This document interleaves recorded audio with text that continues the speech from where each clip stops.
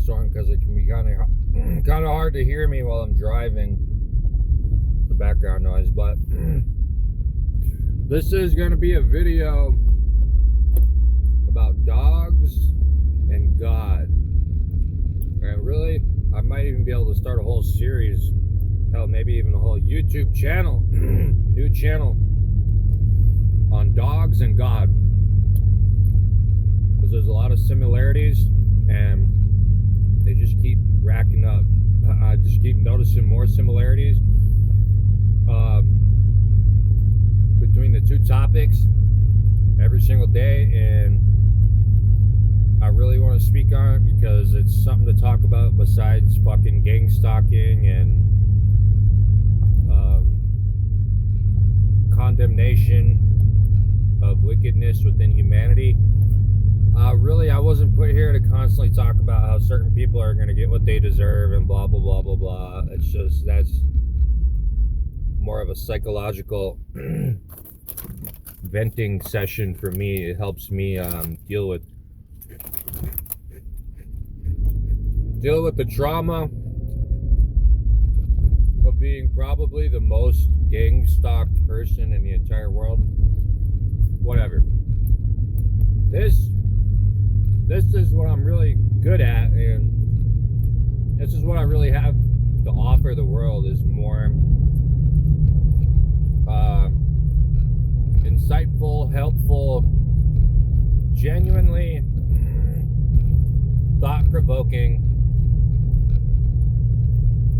content and ideas about things. Where the fuck am I? All right here. Oops. All right.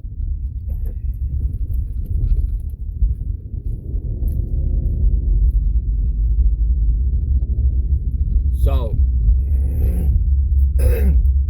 when it comes to similarities between dogs and God, or the topic of God, it starts from the ground up, right? So, similarities between dogs and people. Well, it starts from the ground up. So, there's different breeds of dog, just like there's different races of people, you know. And depending on who your parents are, you're going to come out looking like a combination of whatever your parents were. Okay, so you got black parents, you're going to be a black person. White parents, you're going to be a white person. Mexican, Asian, so on and so forth.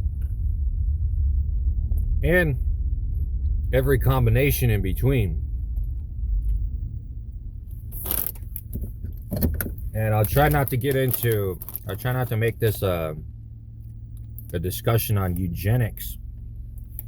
But actually, it's hard to miss the similarities between eugenics when you're comparing dogs and people. And eugenics is actually huge in the dog breeding community. So incest and eugenics are much more accepted within dogs. Like, oftentimes a mom will be bred with the son and vice versa, and you have to limit it. You can't keep doing incest over and over, or you'll get, fucked up dogs with all kind of mutations and health problems and such. But incest is often, you'll do like a one-off incest, like a mom and a son or whatever, in order to produce a litter of puppies. And I just had a litter of puppies that was an incest litter, and it was by accident. I really didn't want that because I felt weird about it, and like I wanted to keep my son pure, and I didn't want him to impregnate his mom, and it was weird, but it happened accidentally. And luckily the puppies all came out good, and one of them's got a fucking, a little bit of a wonk eye, a little bit of a lazy eye, but he's actually one of the best puppies in terms of personality and temperament. Anyways, eugenics though is massive within the dog breeding community, and completely frowned upon in the human community. So like, if you have somebody who's like, halfway retarded or has like a disability, there's all kind of stuff that you could have fucking, what do they call it? Crohn's disease or any of these like weird hereditary diseases and stuff,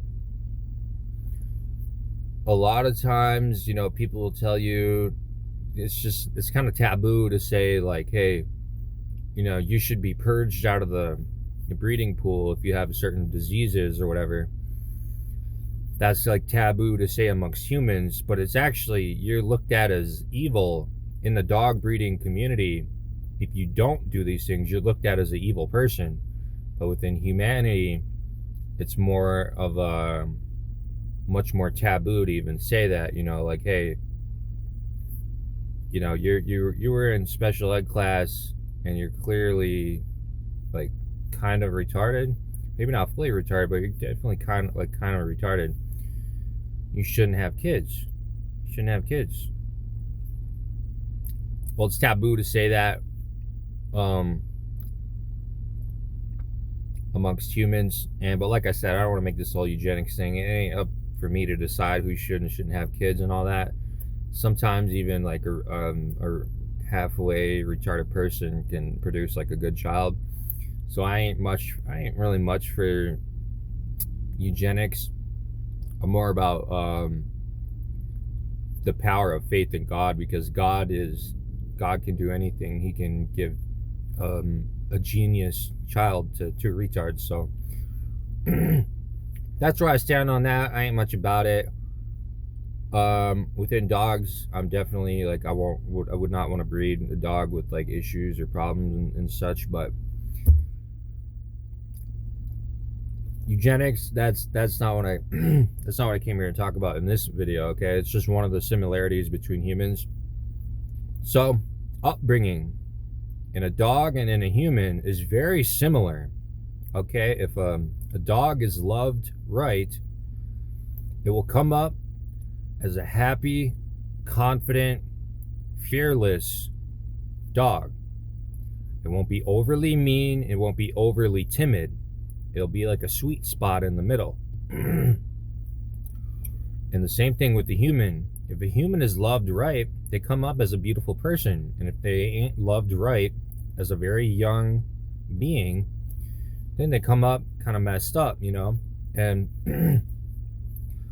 just like with dogs, certain things can be fixed and certain things can't.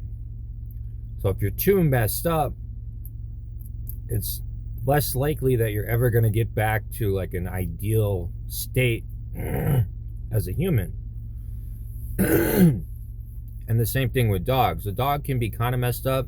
Like, take this for example. I had one dog who was really messed up. I don't know where he came from, I don't know what his conditions were like. I just know they were bad as a puppy. When I got him, he was about, what was he, 6 months old, I think. 6 months. 6 months. Yeah, I think he was about 6 months old. And the first 6 months of his life was not very good at all. So he was really messed up when I got him. He was super timid and just broken. He was nearly mentally broken as a dog. And spending time with me did a lot to help him. But there was a certain level he was never going to get to, you know? So a certain level of suppression within him that even all the love and warmth from me could not restore fully to whatever he might have been without a bad upbringing, you know. And genetics can play a part in that. It does play some part, but not as much as people think. I don't think, you know. So you have some breeders out there who say that it's all genetics. You know, it's like 90-10 genetics. I don't think that's true, because I've seen some dogs. I've seen what upbringing can do to a dog, and I've seen how impactful it can be. But genetics could play a large part in it as well. But I'd say, I don't know the percentage, but I know that they both play a pretty large part. Environment and genetics both play a pretty large part in what a dog ends up becoming. And it's the same way for humans too. And these are just things that you notice, when you're working with a lot of dogs, playing with a lot of dogs, living with them, training them. Um, and then obviously having lived through life and encountered so many humans and knowing my own self, these are similarities that you notice between dogs and humans. And like it keeps stacking up. You notice more and more and more, and you start to realize that dogs and humans are so much more similar than you could ever imagine. And it ain't as much like this with cats. All animals have life itself has some level of like generalization across the board. Negative um, environment will have a negative impact on it and such. But dogs seem to really be like the case study for humans, pretty much. And dog is God spelled backwards. Dogs are also known as man's best friend. I believe that dogs were given to us by God to serve as like a mirror for us. And in the same way that you would give your little girl a plastic baby, right? And she's still a baby herself, but there's something beneficial to her having this little, mini play mission of like, okay, take care of this baby, feed the baby, help the baby, clean the baby, whatever, whatever.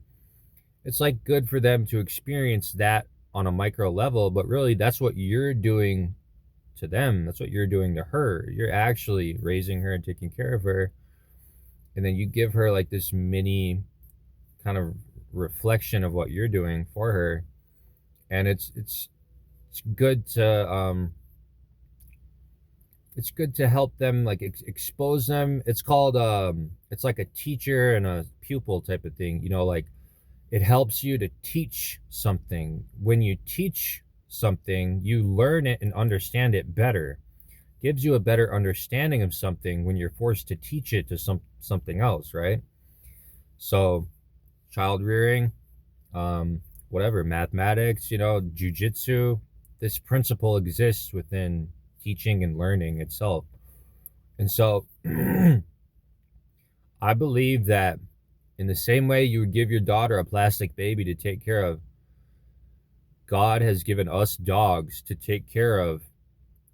And that in the same way that he takes care of us and he raises us up and he wants us to do what's right and avoid what's wrong, is this the same exact way that we are supposed to take care of our dogs. And I've been noticing this so much, like when you sin, this is like a common thing they'll say within Christianity, is like when you sin, it's the same. God sees you the same way you see your dog when he's going to eat a pile of shit or eat a pile of puke. No, no, no, no. And that's how God sees you when you sin. So we are really like stupid dogs to our Father God.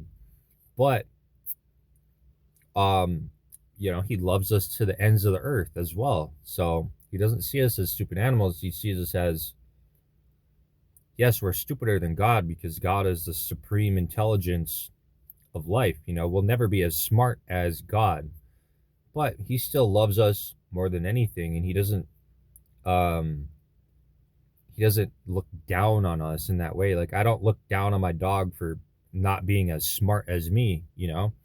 I just love it and I want to teach it within the capability of its own mind, like whatever it's capable of learning and understanding.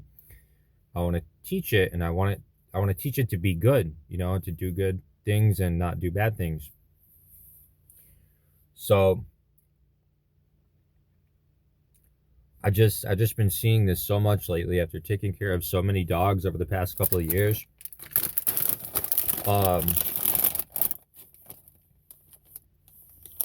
This concept of dogs and God it's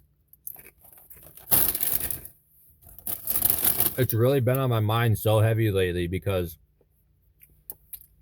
I'm taking it even to a new level lately where I'm starting to actually see myself as a dog.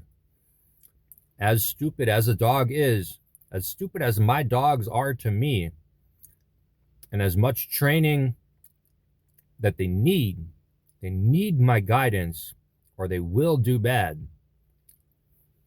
I'm starting to see myself like that. I'm starting to think of God as an intelligent master to myself.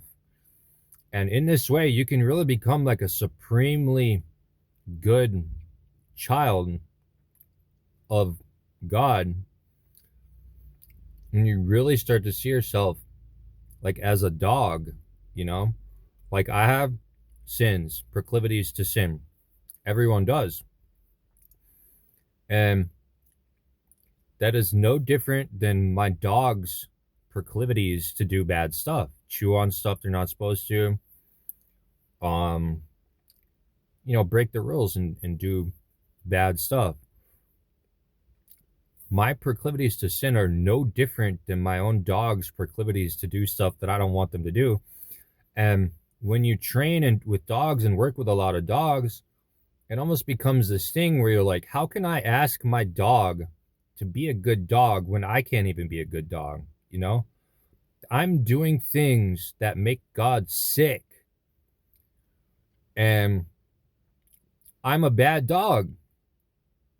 And how can I, as a bad dog, turn around and pretend to be this good master to my own dogs when I'm not as good of a dog as I could be, you know? And so it's starting to make me think of like ways, how can I be a good dog, you know? Roof, roof. How can I be a better dog for God? Because I know He loves me in the same way that I love my dogs. He sees me and He loves me in the same way. So what is the perfect standard that God wants out of me? And how can I live up to that? How can I be the dog that's going to make Him the most proud? Okay, because I've had dogs that I had to get rid of because they just were bad dogs. They wouldn't listen, you know. All the training in the world was not going to put an obedient streak inside of them. They were just going to keep being bad in certain ways. Yes, they could be trained up a little bit, but if they couldn't be trained up to the point that met my standard, then they weren't a good enough dog to stay with me, so I had to find them a new home. And so, but I've also had good dogs too that were really obedient, and it was something inside them. They have an obedient streak inside them. They wanted to please their master. It was important to them more than their own desires. It was important to them to please me. Okay? So I'm starting to think like, okay, how can I be like that? Cuz I don't want to be a bad dog. I know how I look at bad dogs, and I'm like, you know, you don't make the cut. You know, you're out of here, man. You're out of here. You're just not making the cut, and unfortunately, you're gone. You know, you're gonna have to get out of here because you're not making the cut. And so I've been playing around with this idea of like seeing myself as a dog and like, okay, how can I be the best dog? How can I make God the most proud of me? And it's really become like a fun, neat little mental project for me, and I'm just starting on it. I'm just starting on it lately because I really only started thinking this way very recently. But abstaining from sin is obviously the biggest one. Not doing stuff you're not supposed to do. But there's also more to being the most beautiful, perfect dog. There's more to it than just not doing what you're not supposed to do. There's ways in which you can please your master that are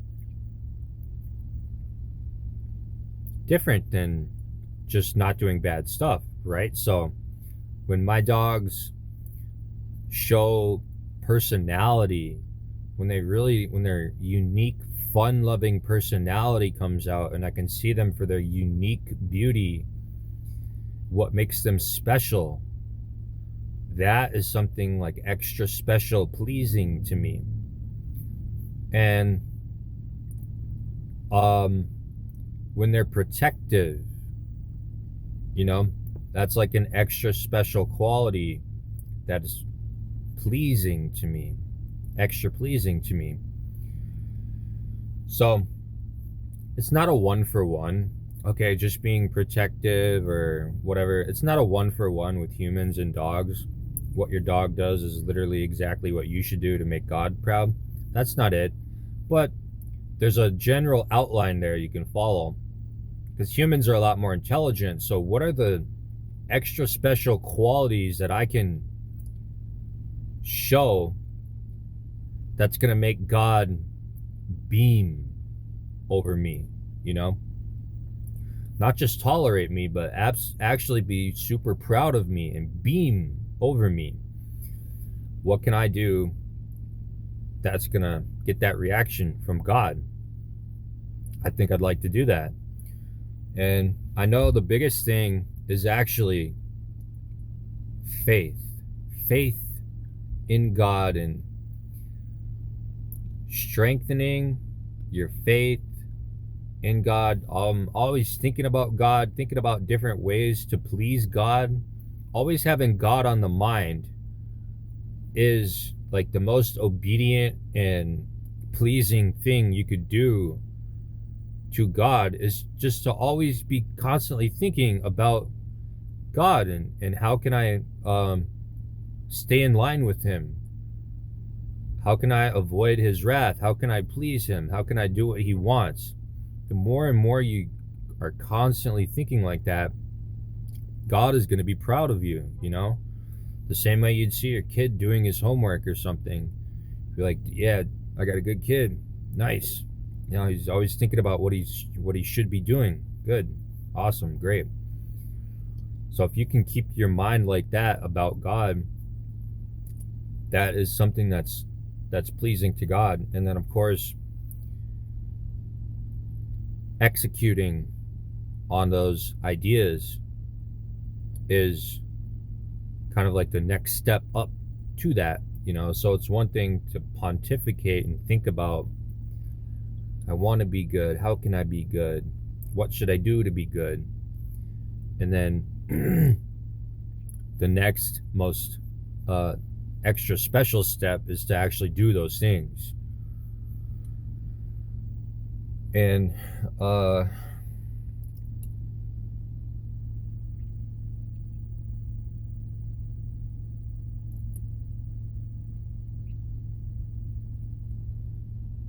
to please God. I lost my fucking train of thought. It's harder to keep my train of thought while I'm on camera recording than it is to just be sitting here thinking about it for some reason.